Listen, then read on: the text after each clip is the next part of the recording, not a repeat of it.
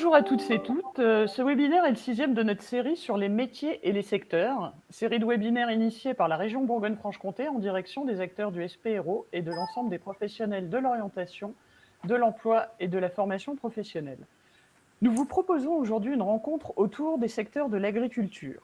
Nos intervenantes de ce jour, et nous les remercions d'avoir répondu positivement à notre sollicitation, sont Madame Anne-Sophie Claire, déléguée régionale Bourgogne-Franche-Comté Alsace à la PECITA, Madame Jessica Durget, conseillère pour le réseau régional des jeunes agriculteurs, Madame Lucille Piermet, animatrice installation pour le réseau régional des jeunes agriculteurs, et Madame Noémie Périgot, animatrice à la NFA Bourgogne-Franche-Comté. Ce cycle se poursuivra en février par un séminaire, un webinaire dédié au secteur de la propreté. Donc, avant de laisser la parole à nos intervenantes, je vous donne quelques indications pour le bon fonctionnement du webinaire. Donc, sur votre droite, vous avez un chat par le biais duquel vous pourrez poser vos questions, mais vous aurez aussi la possibilité de télécharger le document de présentation avec une petite icône qui se trouve juste en haut à droite de ce document, symbolisée par un nuage avec une flèche. Donc, je vais laisser maintenant la parole à nos intervenantes et je vous souhaite un très bon webinaire.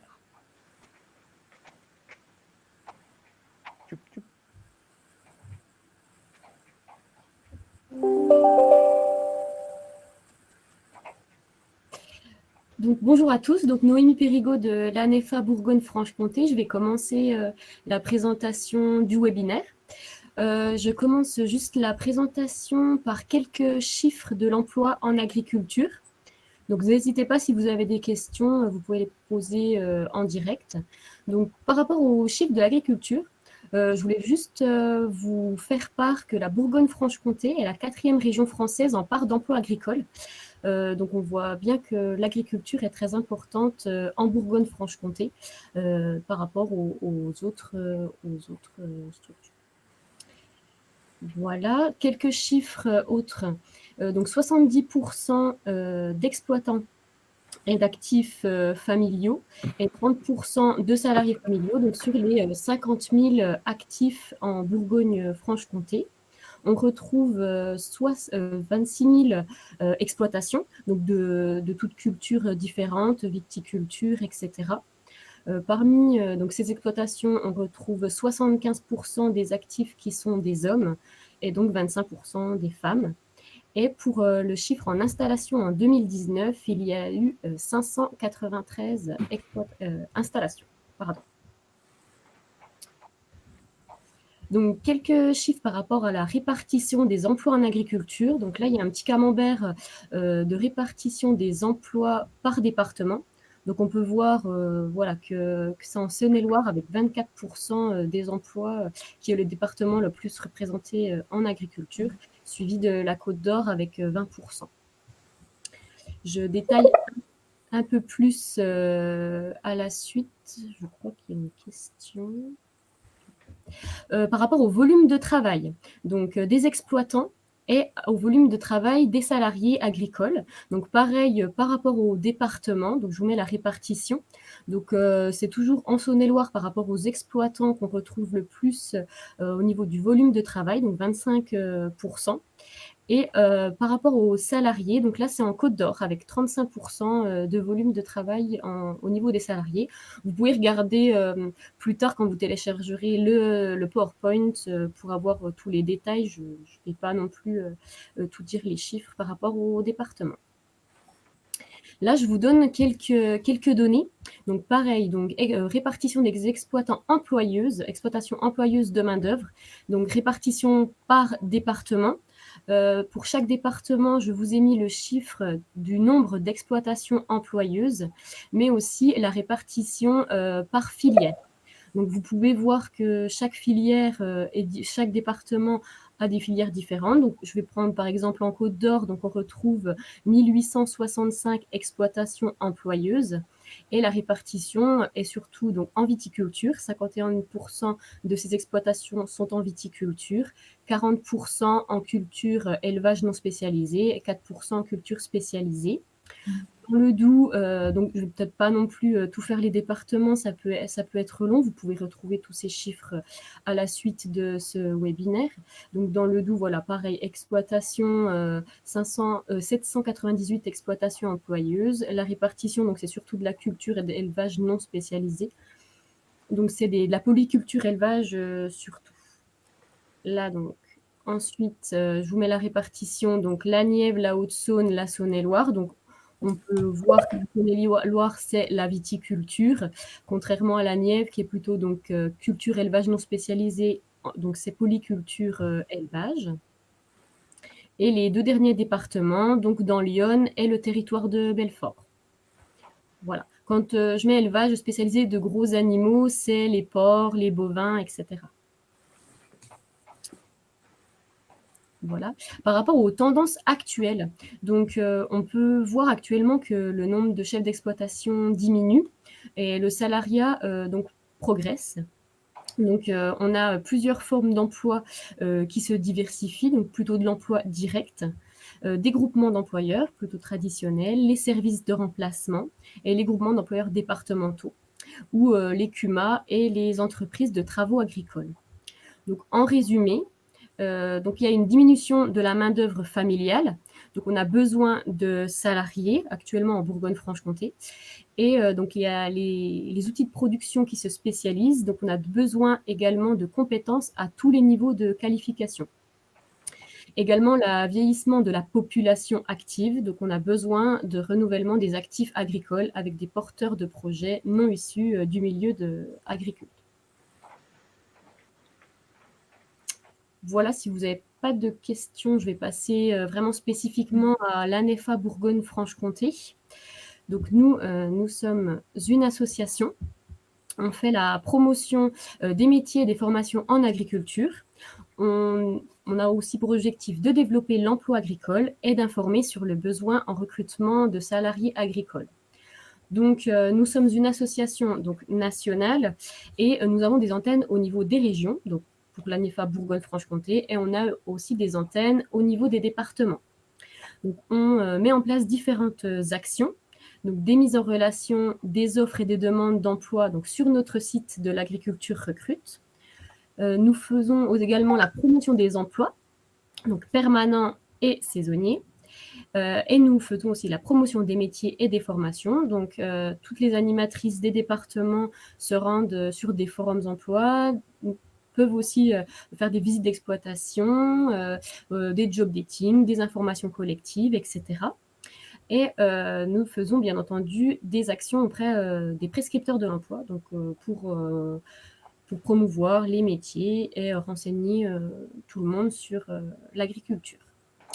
Donc, comme je vous l'ai dit, c'est l'ANEFA, donc on a un réseau, donc on est représenté sur toute la France. Voilà, donc là, je fais un petit focus sur notre site l'agriculture-recrute.org. Donc, c'est un site dédié aux offres d'emploi. Donc, le candidat peut s'inscrire pour retrouver toutes les offres d'emploi qu'il y a en agriculture, donc en production agricole dans toute la France. Mais il y a aussi, bien sûr, des petits critères. Donc, il peut choisir le département, sa filière, le type de contrat qu'il souhaite. Et l'employeur, de son côté, il a aussi un espace où lui peut mettre ses offres d'emploi gratuitement. Mais il peut également passer par des gestionnaires bourse de l'emploi pour l'aider à rédiger ses offres d'emploi. Donc, quelques chiffres. En 2020, donc en Bourgogne-Franche-Comté, on a eu 1322 profils de candidats. On a eu 975 nouvelles inscriptions sur notre site et 282 offres pour 1529 contrats. C'est-à-dire qu'un employeur peut mettre une offre, mais avec plusieurs contrats dedans. Par exemple, si c'est pour les vendanges, un exemple, il va mettre une seule offre alors qu'il y a, par exemple, 15 postes de vendangeurs.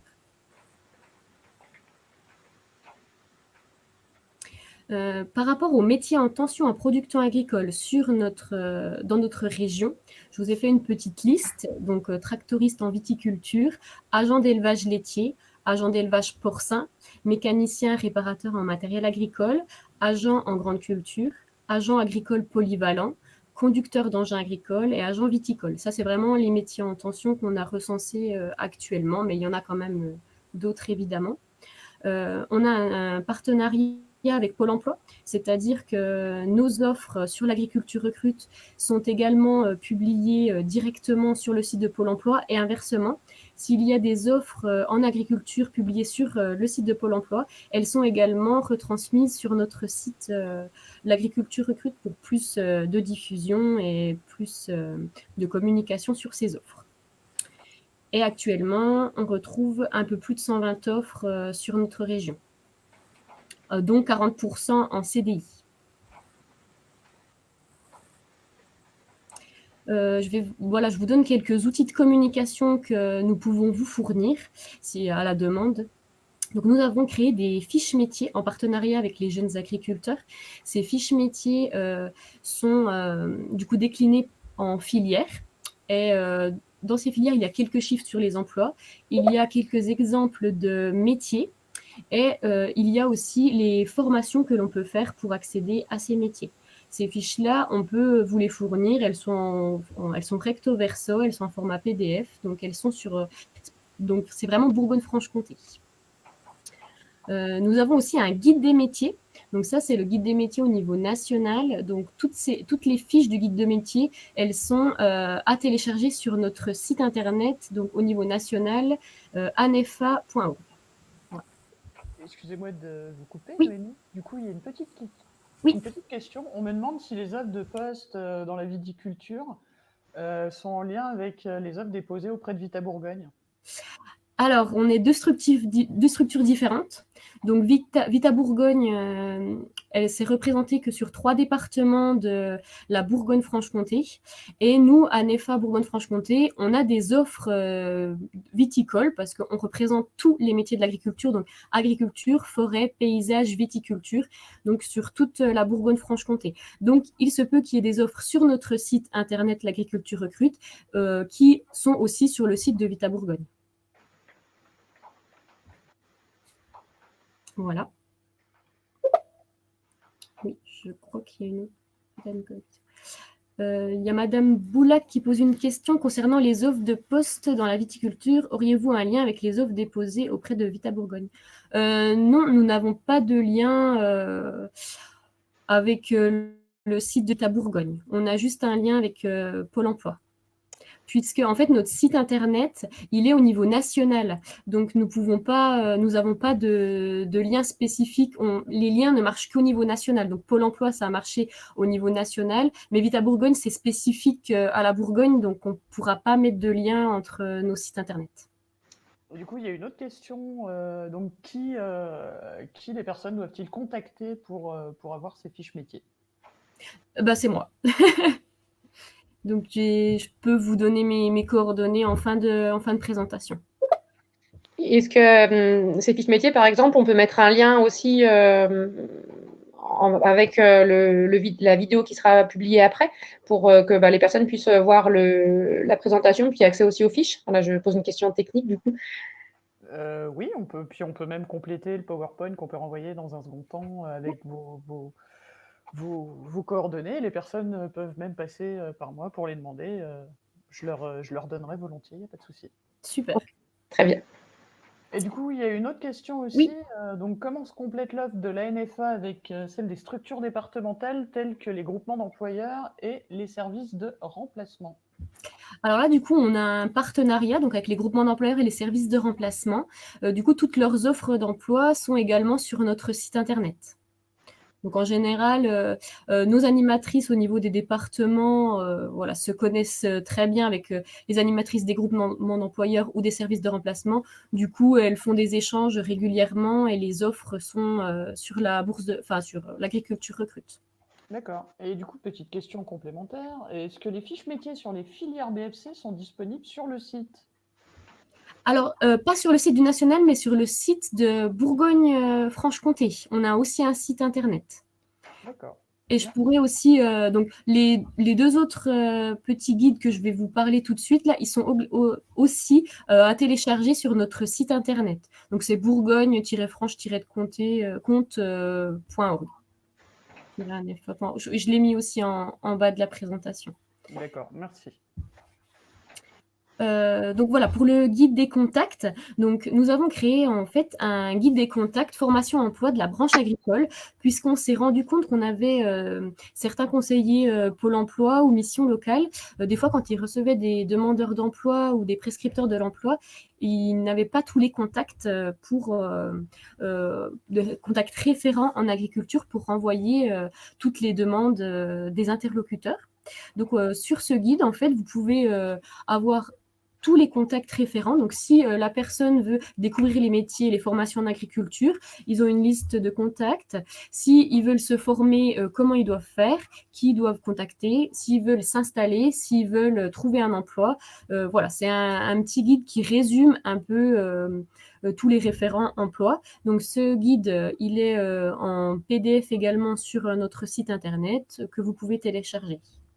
C'est tous des contacts que, du coup, il y a aussi le contact de la PECITA, il y a les JA, enfin voilà, c'est tout le monde est représenté sur cette plaquette.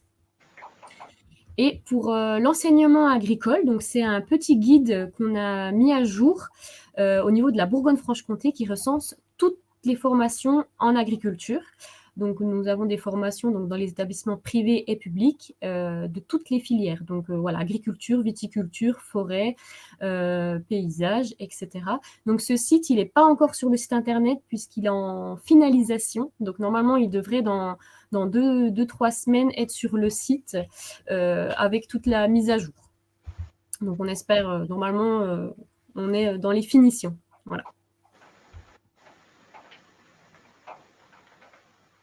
Et là, je vous mets tous les contacts de toutes les ANEFA au niveau des départements.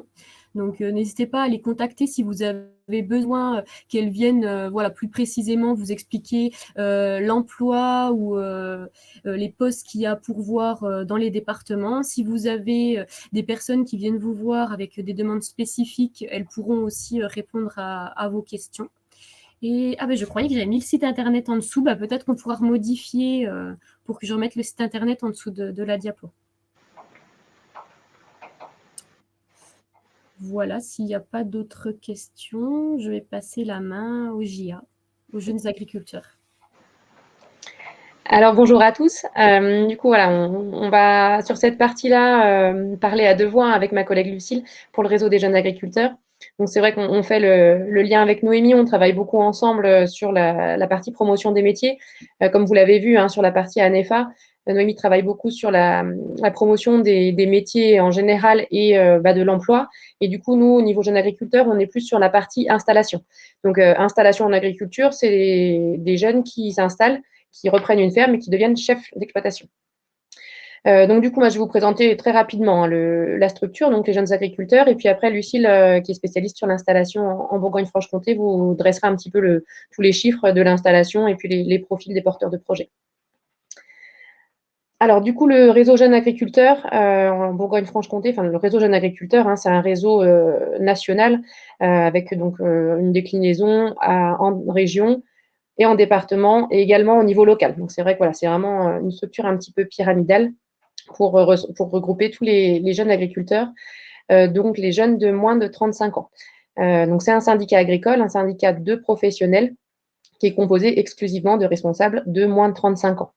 L'enjeu principal, comme je vous l'expliquais, des jeunes agriculteurs, c'est de défendre les intérêts des jeunes agriculteurs et de favoriser l'accès au métier pour assurer le renouvellement des générations en agriculture. Donc, du coup, dans le renouvellement des générations en agriculture, Lucille vous l'expliquera, il y a à la fois la partie installation et puis du coup, qui va de pair, la partie transmission aussi, parce qu'on arrive à une période où il y a pas mal de cessation d'activité. Enfin, les agriculteurs en cours vont pas mal partir en retraite. Donc, il faut avoir un bon potentiel de renouvellement des générations pour que des jeunes s'installent et reprennent les fermes des personnes qui transmettent. Voilà, là, on avait repris une slide pour vous présenter très rapidement les missions de jeunes agriculteurs, donc du syndicat agricole. Donc voilà, sur la partie assurer le renouvellement des générations en agriculture et défendre les intérêts des jeunes agriculteurs et ceux en phase d'installation. 4 grandes missions principales, donc qui sont avant tout de communiquer sur le métier d'agriculteur, parce que si on veut qu'il y ait un renouvellement des générations en agriculture, ça passe forcément par une communication sur les métiers et puis susciter des vocations pour ceux qui n'ont pas encore en tête de s'installer, pour expliquer que ça existe et puis donner une image positive du métier pour avoir des jeunes qui ont envie de s'installer. Également former des futurs responsables syndicaux. Là, c'est pour défendre toujours cette dynamique d'installation et trouver toujours les bonnes formules pour que les jeunes continuent de s'installer. Proposer des idées innovatrices, là, c'est un petit peu en lien avec l'attractivité du métier et puis l'évolution du métier pour coller un petit peu au contexte sociétal. Et puis animer le milieu rural, donc ça passe beaucoup par des événements, par du relationnel avec le grand public, toujours dans cet objectif de communiquer auprès du grand public sur ce que c'est que le métier d'agriculture pour donner envie de rentrer dans le métier. Voilà pour la partie un petit peu réseau. Du coup, je vais laisser la main à Lucie qui va vous expliquer un petit peu toute la partie installation avec les chiffres et les profils. Donc bonjour à tous. Alors moi c'est Lucille Piermet. Bon, Jessica vient de le dire. Donc moi je suis animatrice installation aux jeunes agriculteurs de Bourgogne-Franche-Comté et je suis aussi en charge de la coordination et de l'animation des points accueil installation. Donc c'est dans ce cadre-là que j'interviens. Donc je vais parler à la fois du dispositif d'accompagnement des porteurs de projets et aussi sur quelques chiffres du point accueil installation et de la transmission. Voilà. Alors d'abord, au niveau national, il y a un dispositif d'accompagnement des porteurs de projets en agriculture qui existe. Ce dispositif, tout porteur de projet peut le réaliser. À la clé de ce dispositif, il peut y avoir une installation aidée, donc avec une aide qui s'appelle la dotation jeune agriculteur, une aide financière. Le porteur de projet peut aussi choisir de se faire accompagner uniquement et de s'installer après normalement, entre guillemets. Donc voilà, ce dispositif, on peut dire qu'il se découpe en 3 volets. Donc d'abord, il y a la partie émergence, donc c'est l'émergence de projet. Donc ça va se passer au point accueil installation, dont je parlais tout à l'heure. Donc l'idée, c'est d'informer le jeune et de l'orienter vers les bonnes personnes en fonction de son projet et de son profil.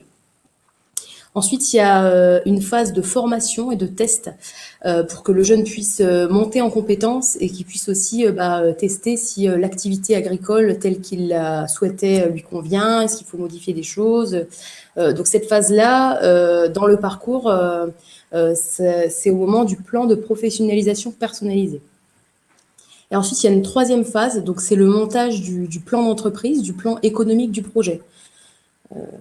Donc avec la rentabilité, la viabilité du projet, la gestion du temps, l'organisation du travail, etc. Donc voilà, on peut découper ça en 3. À ces 3 étapes, le jeune est accompagné, jeune ou moins jeune, hein, bien sûr, c'est une façon de parler. Et il est aussi accompagné pendant son installation et il peut bénéficier aussi d'un accompagnement sur sa période post-installation. Hein, tout ne s'arrête pas à l'installation. Voilà. Alors, le point accueil installation, c'est la première porte que le porteur de projet pousse lorsqu'il a un projet d'installation, où il peut même s'y rendre pour s'informer sur les démarches administratives, tout ce la recherche de partenaires, etc. Donc, chaque année, on a environ 1400-1500 porteurs de projets qui poussent la porte du PAI sur la Bourgogne-Franche-Comté, sachant qu'il y a une antenne par département. Alors, c'est quel que soit l'âge, le type de projet, l'étape aussi de son projet, s'il l'a plus ou moins mûri, et le lieu. Il peut se rendre au point accueil installation. Donc, voilà, l'idée, c'est qu'il soit renseigné sur les démarches, les délais, les points de vigilance aussi sur son projet, en tout cas les points de vigilance identifiés par les conseillers qu'il va rencontrer.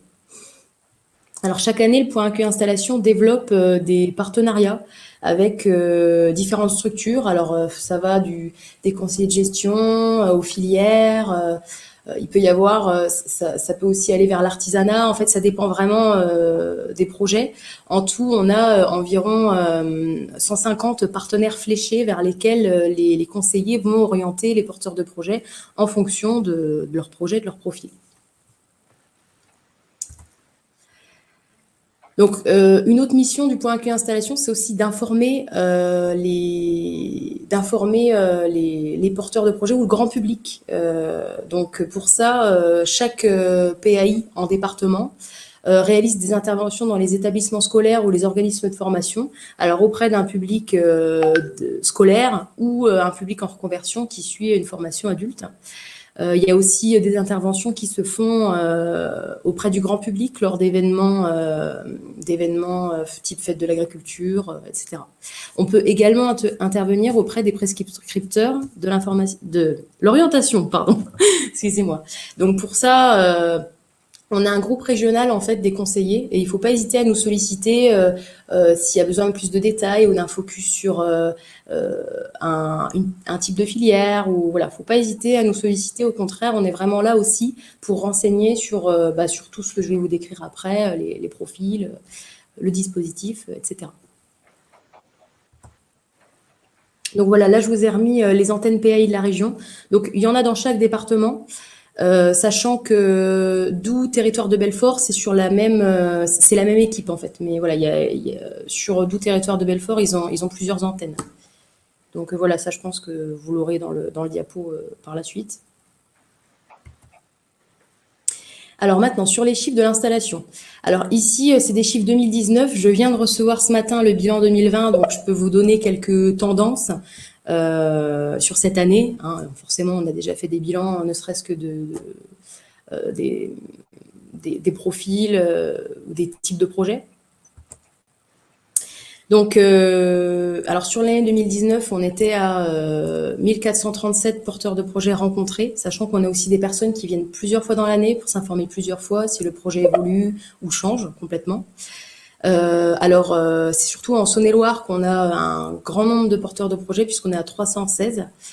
Après, là, on voit le secteur où on a le moins de projets, c'est le territoire de Belfort, mais c'est aussi dû à sa taille. Sinon, globalement, on est quand même une région sur laquelle il y a énormément de porteurs de projets qui viennent se renseigner au PAI. Alors, sur le profil des porteurs de projets, on a à peu près 85% des porteurs de projets qui ont moins de 40 ans. Alors, si on prend toujours ce chiffre des 40 ans, c'est parce que la dotation jeune agriculteur, l'aide financière dont je parlais tout à l'heure, le seuil d'attribution de l'aide, c'est jusqu'à 40 ans. Donc, c'est pour ça qu'il y a ce découpage. Donc, on est toujours à peu près à 15% de porteurs de projets à plus de 40 ans. Il y a une tendance à la reconversion professionnelle, donc ce chiffre, il aura peut-être tendance à augmenter, mais pour l'instant, ça fait 8-9 ans qu'on est à peu près sur ce chiffre. Donc après, au niveau de la proportion homme-femme, on a 62% d'hommes, 38% de femmes. Donc voilà, le nombre de femmes a tendance à augmenter aussi. Donc comparé à il y a quelques années où les femmes qui s'installaient étaient souvent des personnes qui reprenaient l'exploitation de leur mari parti en retraite. Aujourd'hui, on n'est plus forcément sur ce type de projet. C'est vraiment des femmes qui sont porteurs de projets, qui veulent créer une entreprise ou reprendre une entreprise pour du moyen long terme. Donc ensuite, sur les origines des porteurs de projets, alors on est à 54% de porteurs de projets hors cadre familial. Donc ça veut dire qu'ils n'ont ni parents, ni grands-parents, ni conjoints, pacsés ou mariés qui sont agriculteurs. Donc c'est une proportion qui est très importante en Franche-Comté et en Bourgogne aussi, mais surtout en Franche-Comté. Voilà, donc ensuite sur la situation par rapport à l'emploi, on a 22% de demandeurs d'emploi en 2019 qui sont venus au point accueil installation, sachant qu'on a aussi des porteurs de projets qui vont devenir demandeurs d'emploi dans les mois qui suivent le PAI avant de s'installer. Et donc, on a 34% des porteurs de projets qui n'ont pas d'emploi agricole avant de venir au PAI. Donc, ça rejoint un peu le chiffre qu'on avait juste à côté du nombre de hors-cadre familial. Du coup, Lucie, je me permets de vous couper. Oui. Il y a une question qui se pose, c'est comment faites-vous connaître le PAI aux porteurs de projets éloignés professionnellement de l'écosystème agricole ? Alors donc, on a un site internet PAI qui s'appelle Devenir agriculteur en BFC. Donc ça, je pourrais redonner le lien. Peut-être, c'est vrai que je l'ai pas ajouté. Il faudrait que je remette le lien sur le diapo. Donc sur ce site, on essaye d'alimenter régulièrement. Ensuite, le fait d'avoir développé des partenariats avec des structures du milieu agricole, mais aussi un peu plus large que le milieu agricole, ça permet aussi ces partenaires vont aussi orienter les porteurs de projets non issus du milieu agricole vers nous. Et on communique auprès du grand public. Il y a quand même des interventions très régulières. Les PAI, c'est aussi au niveau national. Chaque département de chaque région en a un. Donc, c'est quand même un réseau assez solide et qui se fait de plus en plus connaître. D'accord. Voilà. Je ne sais pas si ça répond à la question, s'il y avait autre chose, peut-être autre chose derrière. Non, mais je sais pas. On a aussi, comme l'a dit Claire, on a une convention avec Pôle emploi au niveau jeune agriculteur, pas PAI directeur. Mais du coup, d'être en lien avec les demandeurs d'emploi et puis par le réseau jeunes agriculteurs de faire la promotion des PAI. Et du coup, on avait aussi une autre question. Et par contre, j'entends un écho et je ne sais pas d'où il vient. Donc, peut-on se rendre au PAI pour recueillir des informations sur les formations et les métiers dans le cadre d'une reconversion professionnelle dans le conseil en agriculture? Alors, le point accueil installation, c'est vraiment pour les porteurs de projets en agriculture, donc où il y a de l'élevage ou une culture. Pour ce qui est vraiment des métiers de conseil, là, je pense que c'est peut-être plus vers alors je suis pas sûre de moi, vers l'ANEFA qu'il faut se tourner, ou vers Anne-Sophie. C'est vers la TECITA, pour les métiers de conseil. La TECITA, voilà. Ouais. On en parlera après. Après, sur le point accueil installation, on oriente vraiment les porteurs de projets vers les organismes de formation longue et courte pour ce qui est de la montée en compétences du jeune. Voilà. Je prends la question qui est arrivée. Alors, il y a pas mal d'équipes, vous entendez bien. Ouais. Alors, la question, c'est les candidats à l'installation dans le cadre d'un projet de reconversion professionnelle, c'est un besoin plus spécifique en matière d'accompagnement. Alors les candidats à la reconversion, en général, ils sont orientés vers les formations type BPREA. C'est une formation justement pour d'1 an ou de 2 ans pour savoir pour tout ce qui est création et gestion d'une activité agricole. Après, on les oriente. Forcément, ça revient un peu aux porteurs de projets qui, dans le cas où ils sont hors cadre, il y a un besoin de mise en réseau aussi avec tous les partenaires et tous les acteurs qui gravitent autour du milieu agricole. Donc c'est pour ça qu'en général, ils sont invités à faire la formation BPREA ou à au moins suivre le dispositif installation. Dans lequel il y a des rencontres avec les acteurs du milieu agricole, la MSA, banques, conseillers de gestion, etc., qui permet aux jeunes un peu de rentrer dans le bain de tout ce qui gravite autour d'une installation ou des agriculteurs, que ce soit pour la période où il monte son projet, mais aussi pour la suite quand il sera installé. Mais ça, c'est vrai que oui, ça vaut aussi pour toute personne hors cadre familial qui n'a pas forcément fait d'activité, enfin d'études agricoles. Après, chaque porteur de projet est différent et a des besoins différents. Donc, à chaque fois, les conseillers s'adaptent en fonction des profils et des projets, puis des besoins. Du coup, c'est l'intérêt du dispositif. J'en parlais tout à l'heure avec le PPP, du coup, qui permet de vraiment adapter les formation aux porteurs de projet lui-même. Il y a un plan de formation qui est réalisé dans le cadre du PPP avec le porteur de projet. Et c'est à ce moment-là qu'il fait des demandes s'il a des besoins particuliers. Ça peut être sur de la gestion, mais ça peut être aussi technique sur, ça peut être très technique, hein, ça peut être sur des vélages, ça peut être sur, c'est très varié. Il y a une grande offre de formation qui permet de répondre un peu à pas mal de besoins des porteurs de projets. Est-ce qu'il y a d'autres questions? Je crois pas, je suis pas sûre. Je crois qu'on appelle. Ok. Alors, donc ensuite, justement, sur les diplômes des porteurs de projets, voilà, on a à peu près 30% des porteurs de projets qui sont pas titulaires d'un diplôme agricole au moment de leur passage au PAI. Bon, on en a aussi une partie où c'est pas renseigné, donc voilà, on ne sait pas trop de quel côté ils sont. Mais 50% des porteurs de projets qui viennent au PAI ont une formation, soit un BPREA, soit un bac ou tout ce qui va être bac plus 2, BTS, DUT, agricole. Donc en fait, le fait d'avoir un diplôme agricole au moins de niveau 4 permet d'obtenir la capacité professionnelle agricole, qui est un critère d'éligibilité aussi à la dotation jeune agriculteur. Donc ça, c'est soit dit en passant.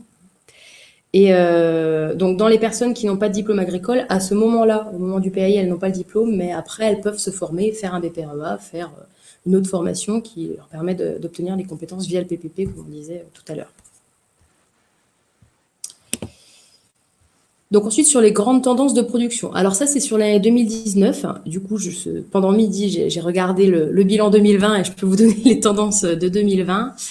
Alors voilà, en 2019, on avait quand même toujours beaucoup de porteurs de projets en bovin lait, en bovin viande, en céréales. Mais on voit depuis quelques années une évolution au niveau du nombre de projets en maraîchage, horticulture, autres élevages aussi.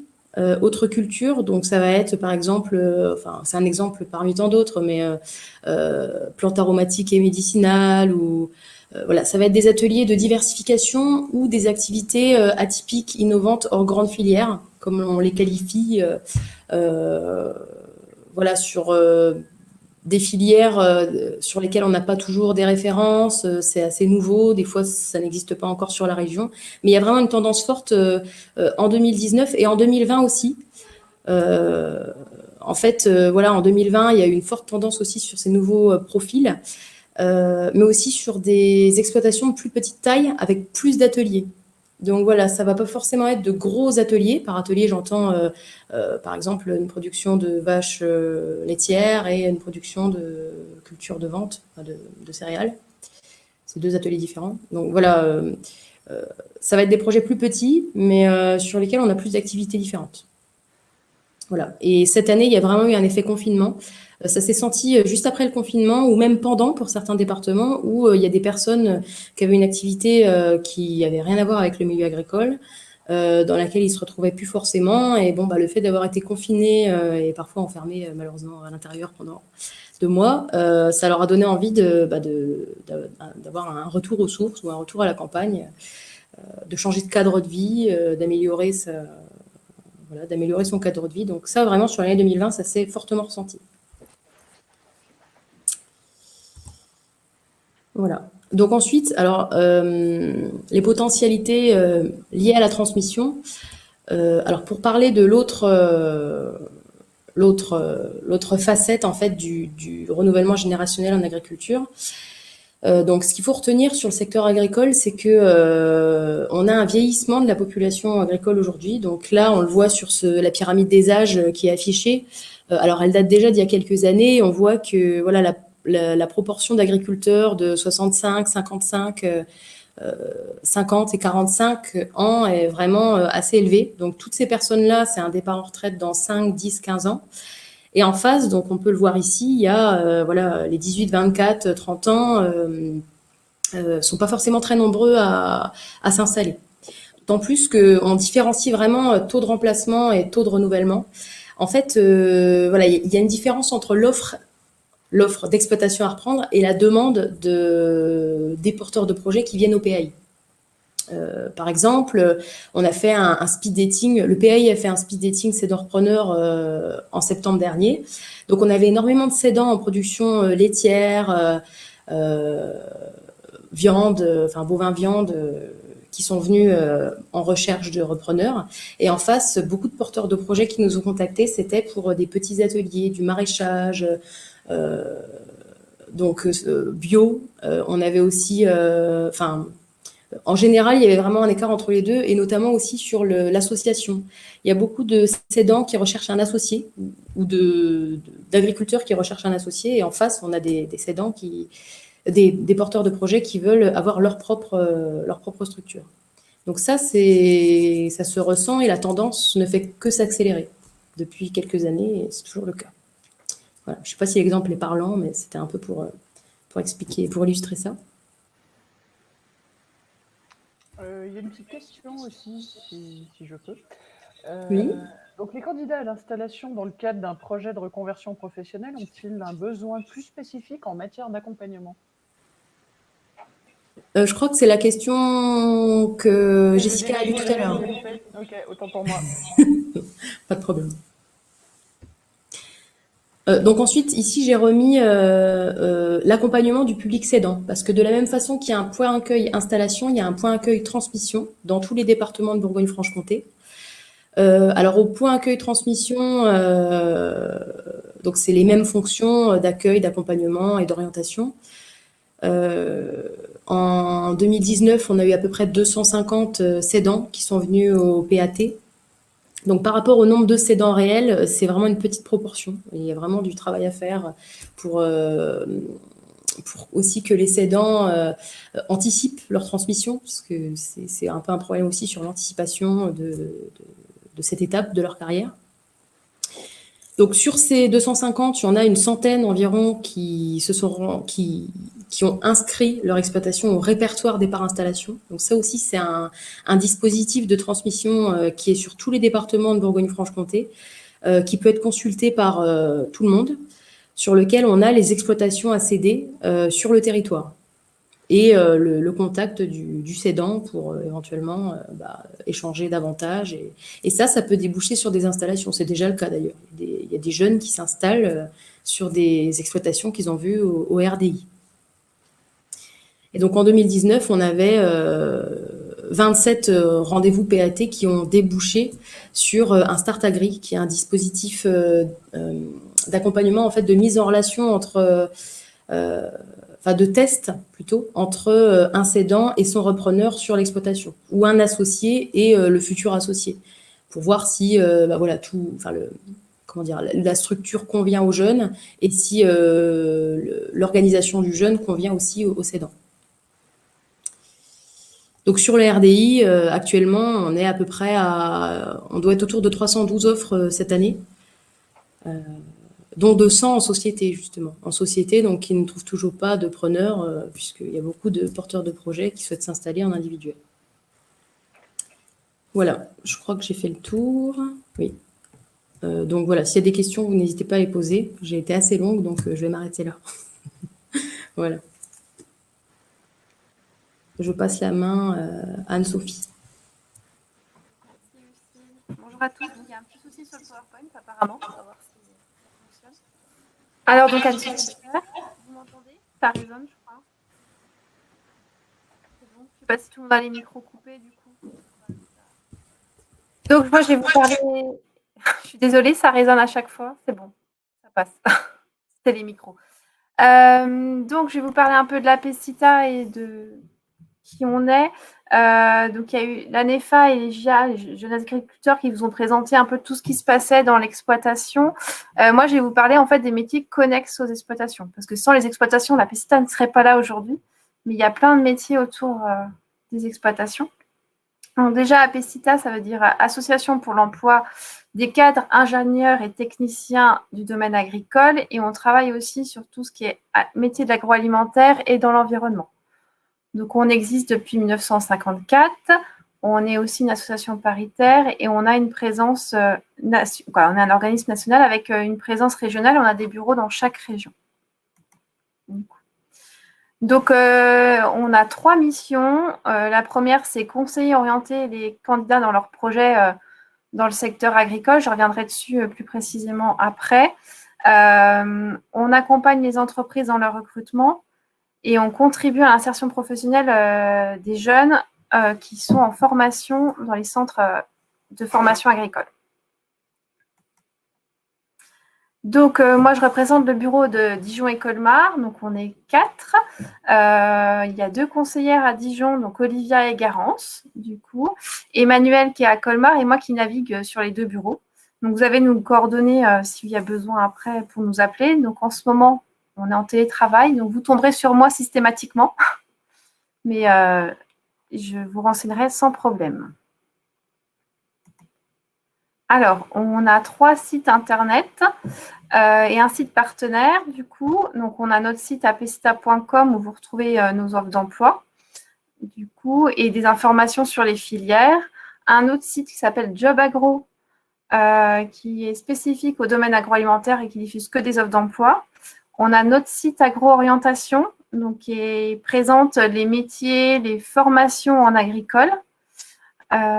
Et un autre site, donc un site partenaire, c'est-à-dire qu'il ne nous appartient pas, mais on gère toute la partie offre d'emploi qui est réseautie et qui est spécifique aux emplois dans l'environnement. Donc voilà, donc je voulais vous parler particulièrement du site Agro-Orientation, où dessus on a quand même 174 fiches métiers du monde agricole. Il y en a certaines qui ont été réalisées en collaboration avec la NEFA, donc il y aura des fiches communes avec Noémie pour le coup. Et surtout, il y a une partie établissement, donc pour toutes les formations. En plus du guide que Noémie vous a présenté tout à l'heure, vous retrouverez les formations sur toute la France, là pour le coup. Et nous avons aussi des publications. Donc, on a un magazine Tribune Verte qui sort toutes les 2 semaines, qui parle de tout ce qui est emploi agricole, mais il y a des thématiques sur les ressources humaines, en tout cas en agriculture. On a les tendances de l'emploi qui sortent tous les 2 ans, qui présentent les offres d'emploi, l'état du marché du travail en agriculture et en agroalimentaire. Les types d'offres qu'on pourrait avoir, etc. C'est une grosse source d'informations. Et on a ce qu'on appelle des cahiers experts. Donc là, il y en a plusieurs que je vous présente, qui sont, par exemple, dans l'emploi dans la filière équine, qui à chaque fois vous présente les différents métiers qui existent. Il y a des témoignages d'entreprises, des témoignages de personnes qui travaillent dans le secteur, des témoignages de centres de formation, des offres d'emploi. Donc ça, moi, je les ai en version papier, mais ils existent aussi, ils sont accessibles sur nos différents sites en version numérique. Donc, voilà, si vous avez des personnes qui sont intéressées par un secteur, une filière du monde agricole, il y a plein d'infos déjà sur ces cahiers experts. Alors, les services de l'APECITA en détail. Donc, premièrement, on accompagne les entreprises dans leur recrutement. Notre accompagnement va aller de l'analyse des postes jusqu'à l'intégration des personnes dans la structure. Donc, on diffuse des offres, on fait du sourcing. On fait vraiment on a les mêmes missions, si vous voulez, qu'un cabinet de recrutement. Voilà.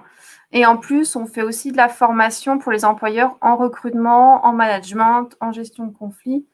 On est assez complet sur cette partie-là.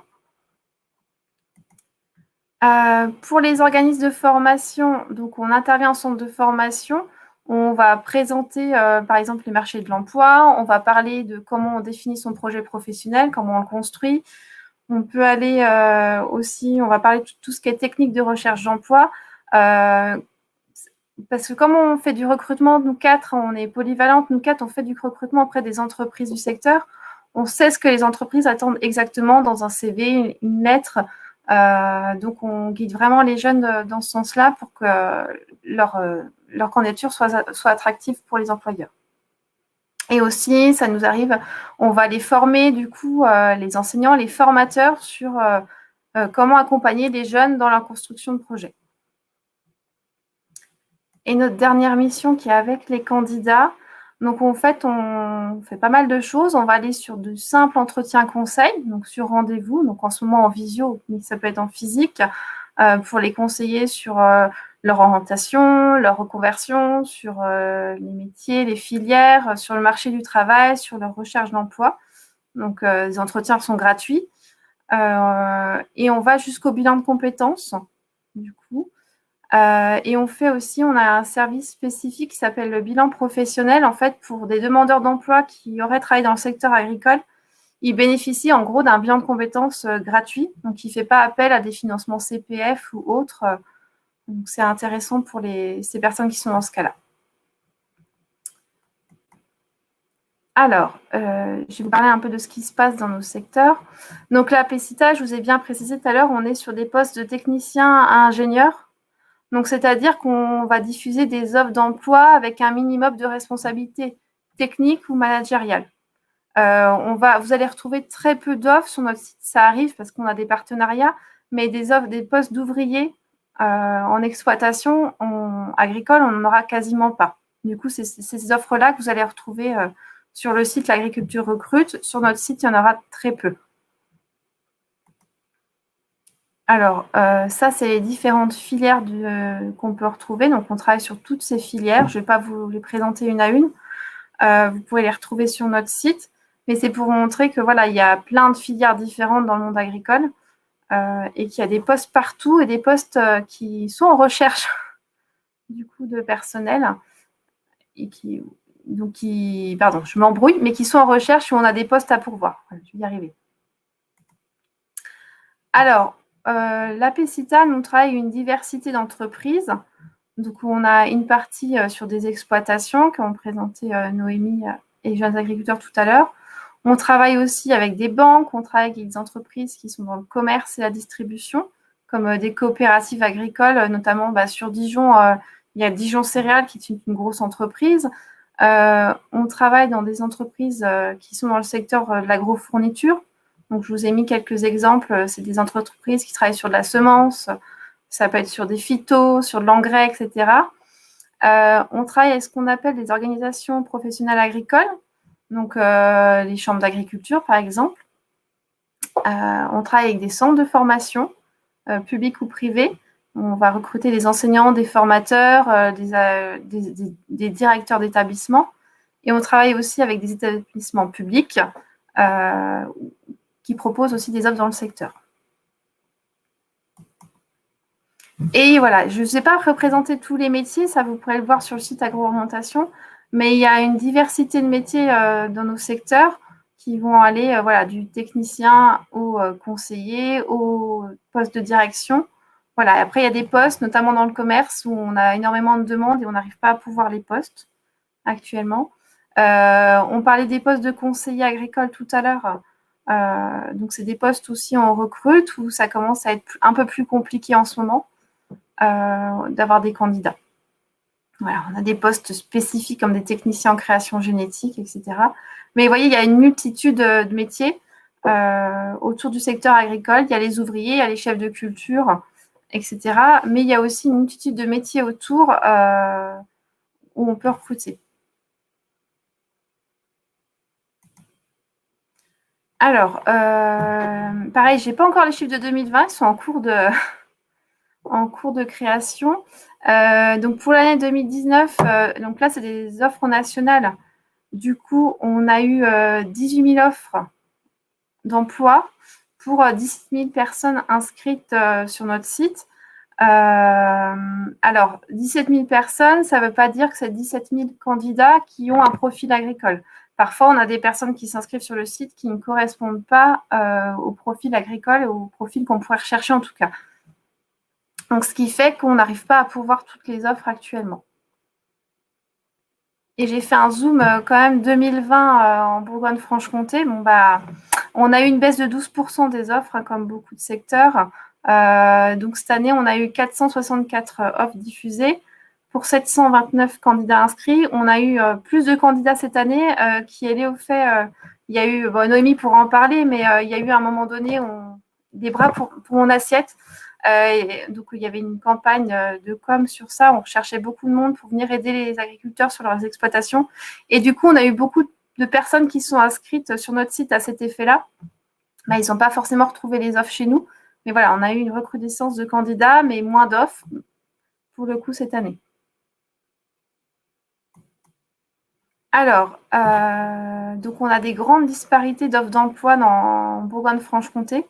On a beaucoup d'offres, principalement les offres sont en Saône-et-Loire et en Côte-d'Or. Et après, il y a les départements, en tout cas sur les postes de techniciens à ingénieurs, je précise, c'est pas sur les postes en exploitation, où il y a comme la Nièvre ou le territoire de Belfort, et puis la Haute-Saône, on a très peu d'offres d'emploi. Mais c'est aussi, on remarque aussi, c'est des territoires où quand on a des offres d'emploi, on n'arrive pas à les pourvoir parce que les candidats ne veulent pas y aller. Ce n'est pas des postes, des départements attractifs pour eux.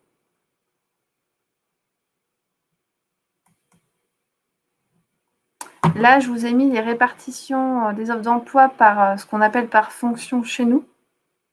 Donc, on a 26% de nos offres qui sont dans la production agricole ou agroalimentaire et dans les espaces verts. On a 23% qui sont dans tout ce qui est recherche. Après, on a le commerce. Du coup, le conseil et l'animation, c'est 17%.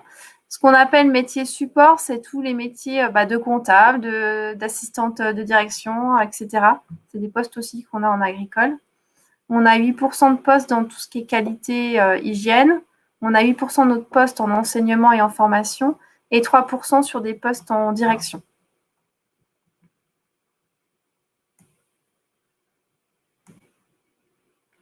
Et là, c'est les offres d'emploi par filière agricole. Donc, les filières, je ne vous ai pas présenté, mais je vous ai montré tout à l'heure.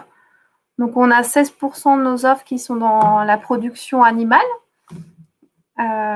C'est un secteur où on a pas mal d'offres et je ne sais pas, mes collègues pourront confirmer ou pas, mais nous, en tout cas, la production animale, on a beaucoup de mal à pourvoir les offres. Il y a une vision de l'agriculture, de l'exploitation en lien avec l'animal qui est assez négative aujourd'hui et on a du mal à les pourvoir. On va pourvoir plus facilement des postes en grande culture, donc dans les céréales, que dans la production animale. Voilà. C'est pareil en agrofourniture, c'est des postes qu'on a plus de postes que de personnes formées actuellement. Donc c'est pareil, on a c'est des postes qui sont souvent pas pourvus ou qui mettent longtemps avant d'être pourvus. Et pareil pour l'agroéquipement. Je suis désolée, je vois que mon PowerPoint est complètement décalé. Je ne sais pas ce qui s'est passé. Il manque des bouts, mais c'est pas grave.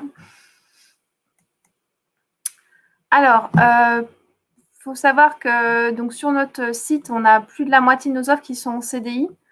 On a une partie en CDD, mais généralement, les CDD sont, dans les 3/4 des cas, vont se poursuivre par un CDI derrière. Voilà. On a souvent un CDD de 6 mois ou 3 mois qui se poursuit par un CDI par la suite. La partie verte, vous ne voyez pas, c'est la partie stage ou VIE, du coup, service civique. Alors, nos offres d'emploi sont accessibles aux débutants. Vous voyez, on a 72% de nos offres qui sont accessibles avec moins de 3 ans d'expérience. Donc, un jeune aujourd'hui qui sort de l'école avec un diplôme dans le secteur agricole se trouvera facilement, en tout cas, ne mettra pas 1 an pour trouver du travail. Il aura des offres accessibles assez rapidement.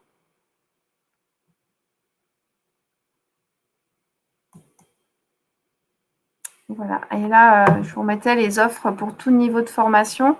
Donc, on a des offres qui vont du bac pro jusqu'au bac plus 5.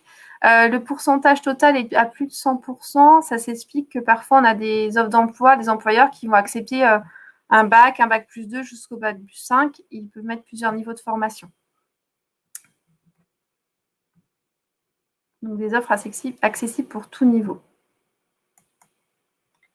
Et là, je reviens un peu avec le guide dont j'ai participé. Je ne suis pas la seule avec la NEFA sur la formation. Donc, je vous ai mis quelques chiffres sur l'enseignement agricole en Bourgogne-Franche-Comté. Du coup, donc pour vous montrer, il y a le nombre d'établissements, etc. Je ne vais pas revenir en détail dessus, vous le verrez. Et le schéma à côté, il est aussi dans le guide que Noémie vous a parlé tout à l'heure. Pour vous montrer aussi que les formations agricoles, ça commence du CAP jusqu'au doctorat. On a notamment une école d'ingénieurs à Dijon qui s'appelle AgroSup, qui fait des formations en agriculture et en agroalimentaire.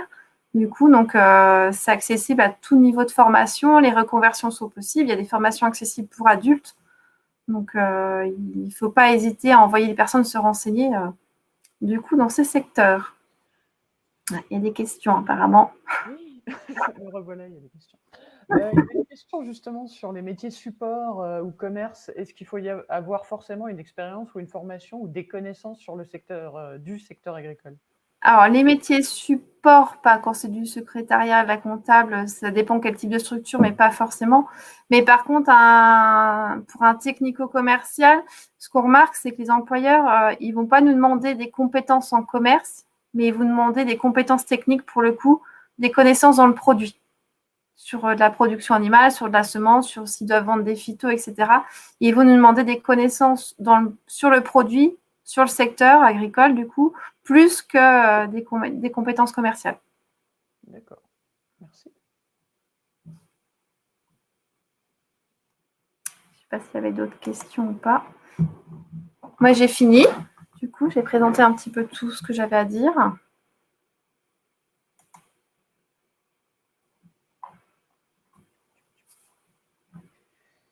Et du coup, avez-vous d'autres questions, participants? On peut se laisser 2 minutes si vous avez des questions à poser. En tous les cas, je vous remercie pour cette présentation très claire et assez détaillée qui donne quand même un bon panel de ce que peut recouvrir l'agriculture et du coup démystifier un peu ce qu'est le secteur de l'agriculture.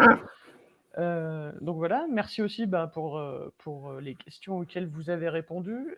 J'imagine de toute manière que si certaines questions pouvaient venir ultérieurement, nous pourrions vous recontacter pour avoir davantage de précisions ou de réponses à ces questions.